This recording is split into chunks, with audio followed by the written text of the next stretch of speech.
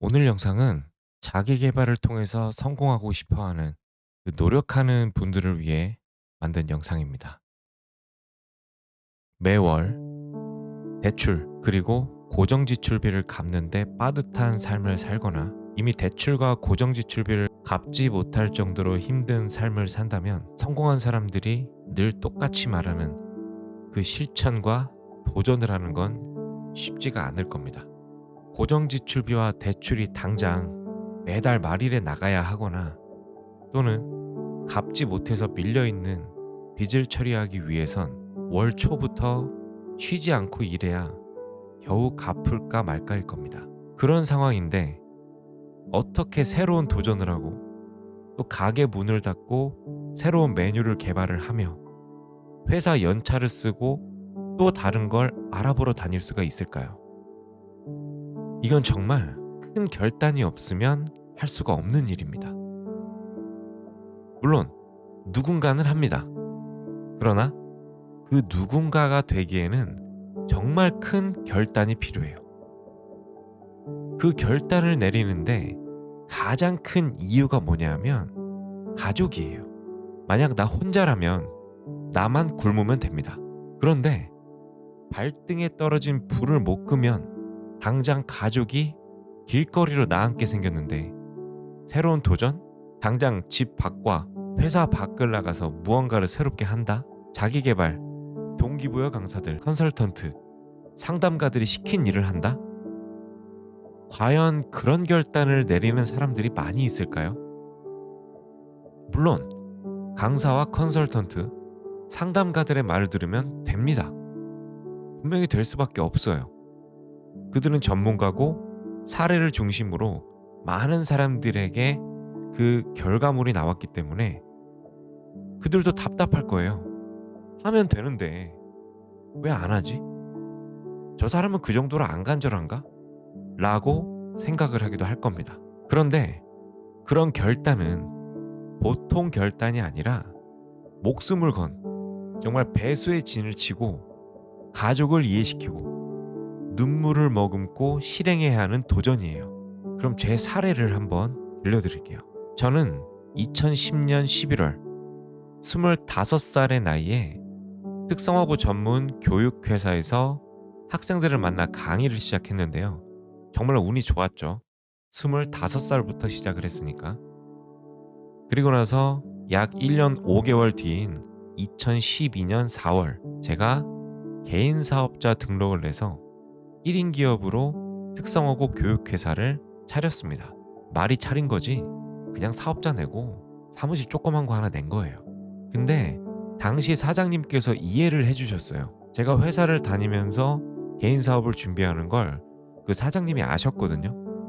지금 생각하면 그분께 정말 감사합니다. 그럼 제가 사업자를 내고 과연 돈을 많이 벌었을까요? 아니요. 손가락만 빨았습니다. 자본금도 없이 당시 신용 8등급 그리고 9등급을 왔다 갔다 했는데 그런 신용 등급으로 사업자 등록증을 내서 독립했습니다. 자본금이 하나도 없었어요. 오히려 빚이 있었죠. 신용이 그 지경이었던 건 다음에 제가 기회가 되면 자세히 풀어드리도록 하겠습니다. 저는 그때 돈이 필요했어요. 월세가 필요했고 과거에 썼던 카드 빚을 갚아야 했습니다. 은행에서는 대출을 해주지 않아요. 그래서 제가 눈을 돌린 곳이 당시 연 이자 38%였던 대부업체였고 거기서 약 2천만 원이 넘는 돈을 빌렸습니다. 그냥 신분증 복사해서 글자 몇 개 써서 보내니까 돈을 주더라고요. 저는 신용이 올라갈 수 있는 틈이 없었죠. 그렇게 꾸역꾸역 손가락만 빨면서 폐업하지 않고 당시 27살 다 큰 청년이 어머니의 신용카드를 빌려가며 살아가고 있었어요. 경력 1년 5개월에 학점은행으로 학사학위를 취득한 좋은 학벌도 가진 사람도 아니고 그 당시 27살의 나이밖에 안 된 사업자에게 누가 과연 교육을 맡길까요? 결과는 너무 당연했습니다. 도대체 무슨 깡으로 퇴사를 하고 사업자를 낸 건지 지금 생각해도 넌센스예요. 계속 이렇게 살면 안 되겠다 싶어서 저를 소개하는 내용, 그리고 강의를 듣고 학생들의 반응이 없을 경우 강의료를 받지 않겠다라는 포부를 내세운 공문을 작성해서 전국 특성화고등학교에 일주일에 한 번씩 팩스를 보냈어요. 근데 어느 날은 학교에서 온 전화를 받고 너무 신이 났는데 학교에서 하는 말이 더 이상 팩스를 보내지 말라는 정말 퉁명스러운 말투로 전화를 받았거든요. 정말 하늘이 무너질 것 같더라고요. 하지만 운이 좋게도 강원도 춘천의 한 특성화고등학교에서 강의 의뢰가 들어왔고 이 학교는 10년이 넘게 지금까지도 연을 잇는 학교가 되었습니다. 다른 특성화고등학교는 연락이 전혀 없었어요. 그 한 군데 학교만 연락이 왔었죠. 그렇게 휴대전화 발신도 끊기고 돈 3만 원이 없어서 지인의 결혼식과 장례식도 못 갔고요. 제 삶과 사고방식에는 열등감과 도끼가 가득해서 제 인상마저 변할 정도였어요. 제 아내가 그러더라고요. 제 표정이 정말 많이 좋아졌다고. 제가 이렇게 도끼가 가득했을 때 아내를 이미 알고 있는 상태였었거든요. 그런 가운데도 저를 믿어준 한 천사 같은 지금의 아내와 2014년 5월에 결혼을 했고 제 삶에도 새로운 희망과 열정이 차오르고 있었습니다. 무언가 일이 잘 풀려갈 것 같았어요. 그런데 2014년 4월 제가 결혼하기 한 달 전이죠. 세월호 사고가 났잖아요. 그 사고로 인해서 제 기억으론 그 사고가 나고 2달 뒤인 6월부터 학교에서 단체로 모이는 행사는 모두 취소하라는 공문이 교육부에서 내려왔고 그로 인해서 잡혀있던 제 모든 강의가 취소가 됐어요. 그 다음 해인 2015년은 중동호흡기 질환인 메르스로 대부분의 강의가 취소가 되는 상황이 벌어지게 됐습니다. 진짜 너무 힘들었어요. 근데 포기할 수 없었죠. 왜요? 결혼을 했잖아요. 물론 제가 다 책임지는 건 아니죠.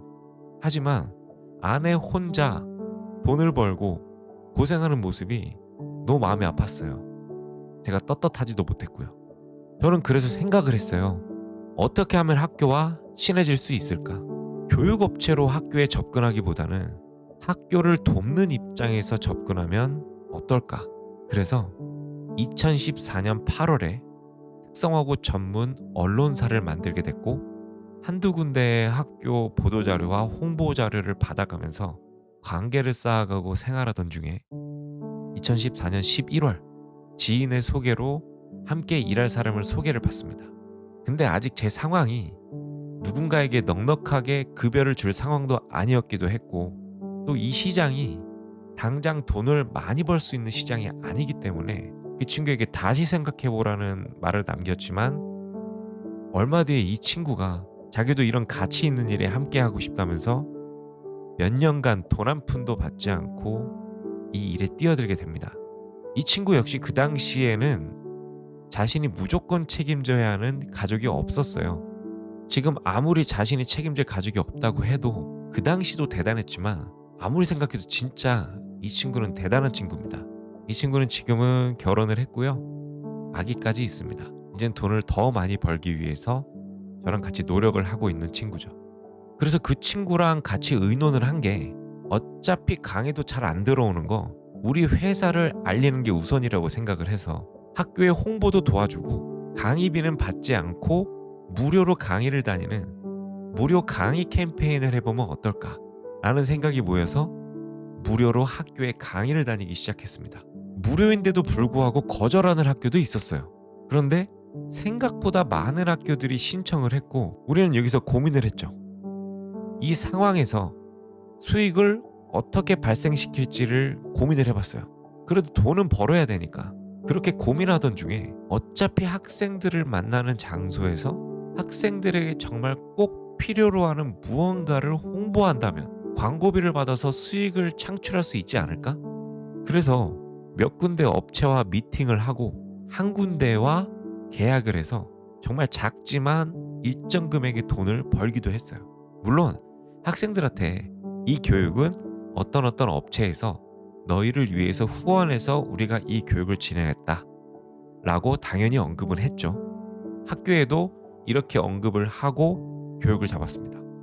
그 이외에도 여러 다양한 기획을 거쳐서 회사가 어느 정도 알려지기 시작했고, 교육청의 요청으로 경기도 지역과 그리고 일부 지역의 교장, 교감, 장학사님들을 대상으로 연수까지 할 수 있는 기회를 얻어서 정말 많은 학교들과 더 추가적인 관계를 맺고 홍보를 도와주면서 매일 6시간씩 특성화고등학교에서 오직 오프라인 강의만으로 월 1,000만 원 후반에서 2,000 중반의 수익을 발생시키는 회사로 성장했습니다.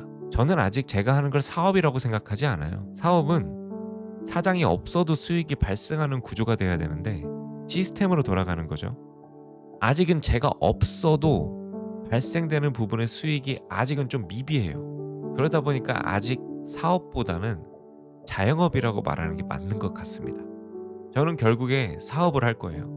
얘기하다 보니까 원래 하려던 이야기보다 제 스토리가 메인이 된 것 같은데요. 다시 메인으로 돌아와서 돈을 벌기 위해서는요, 결단이 필요합니다. 그 힘든 상황을 벗어나서 경제적 자유를 얻기 위해선 결단이 필요해요. 그런데 그 결단을 내리는 게 정말 어렵습니다. 왜냐하면 아직 잃을 게 남아있기 때문이에요. 여러분 아시죠? 세상에서 제일 무서운 사람이 누구죠? 더 이상 잃을 게 없는 사람입니다. 물론 사람마다 힘듦과 상황은 상대적으로 다릅니다. 그래도 전 결단을 내렸어요. 그 당시 결혼도 했고 아내는 첫째 아이를 임신한 상태였습니다. 혼자 결정할 수 없어서 아내와 상의 끝에 결정을 내렸어요. 무료 강의를 다니겠다. 아내는 얼마나 속이 상했을까요? 지금도 가끔 차를 마시면서 과거에 얼마나 힘들었는지 이야기를 나누다 보면 정말 너무 힘들어서 혼자 운 적도 있다고 얘기를 합니다. 그리고 제가 얼마 전에 장사의 신이라는 그 은현장님이 계시잖아요. 그분 유튜브 영상 중에 이런 제목의 영상이 있어요. 갓난아이 없고 족발 장사하는 벼랑 끝 사장님. 이 영상을 우연히 보게 됐거든요. 그 영상에는요, 아이 셋이 있고 그 중에 한 명은 갓난아기인데 가게 안에다가 2층 침대를 갖다 놓고 홀 장사를 포기하고 배달만 의지하는 사장님의 스토리를 보게 돼요. 제가 오늘 이 영상을 만들기 위해서 기획하던 중에 본 영상이라 더 마음에 와닿더라고요. 정말 제 마음이 다 찢어질 것 같았어요. 정말로. 한번 보세요. 와, 진짜 그분을 불쌍하게 생각하는 게 아니라 그 상황 자체가 너무 힘들어요. 결혼을 해서 가정까지 있고 아이들까지 있다면 정말 결단을 내리는 게 어렵습니다. 그래서 그 상황을 벗어나지 못하고 매일 다람쥐 쳇바퀴처럼 악순환이 계속되는 경우가 정말 많죠. 그런데 이게 가정이 있는 사람들만 해당될까요? 아니에요. 저는 정말 많은 학생들을 만나잖아요. 그리고 많은 상담이 들어와요. 한 친구 이야기인데 홀어머니가 계세요. 병원에서 지속적으로 약을 타서 드시지 않으시면 건강이 악화되는 상황이고, 형제는 있지만 가정이 소홀해요. 취업에 대한 이 상황을 극복하기 위한 의지도 없어요. 그래서 그 학생 신분인 여고생이 가정의 생활비를 위해서 주말도 쉬지 않고 공부도 포기하고 아르바이트를 새벽까지 하는 상황도 마찬가지입니다. 그 상황에서 과연 어떤 시도와 도전, 그리고 실행을 할 수가 있을까요? 뭘 할 수가 없어요. 당장 밥을 먹고 살아야 되기 때문에 당장 내가 오늘 아르바이트를 하지 않으면, 오늘 족발이라도 곱창이라도 하나 팔지 않으면 가족이 굶어요. 여기서 어떤 시도를 할 수 있을까요? 이미 상황이 벌어져서 힘든 가운데 있는 분들에게 솔직히 제가 도와주지 못할 거면 지금 하는 걸 다 멈추고 시도해라, 이렇게 말할 수 없을 것 같아요. 진짜 못할 것 같아요. 제가 할 수 있는 건 국가에서 지원을 받을 수 있는 것들을 최대한 받아가면서, 상황은 이렇지만 마음과 생각만큼은 조금씩이라도 진보적으로 변화시키라는 그런 말밖에 할 수 없을 것 같습니다. 그런 상황 속에 있는 분들의 삶이 평생 지속되지 않기를 정말 진심으로 간절하게 바랍니다. 그래도 힘이 될지는 모르겠지만 희망을 가지세요.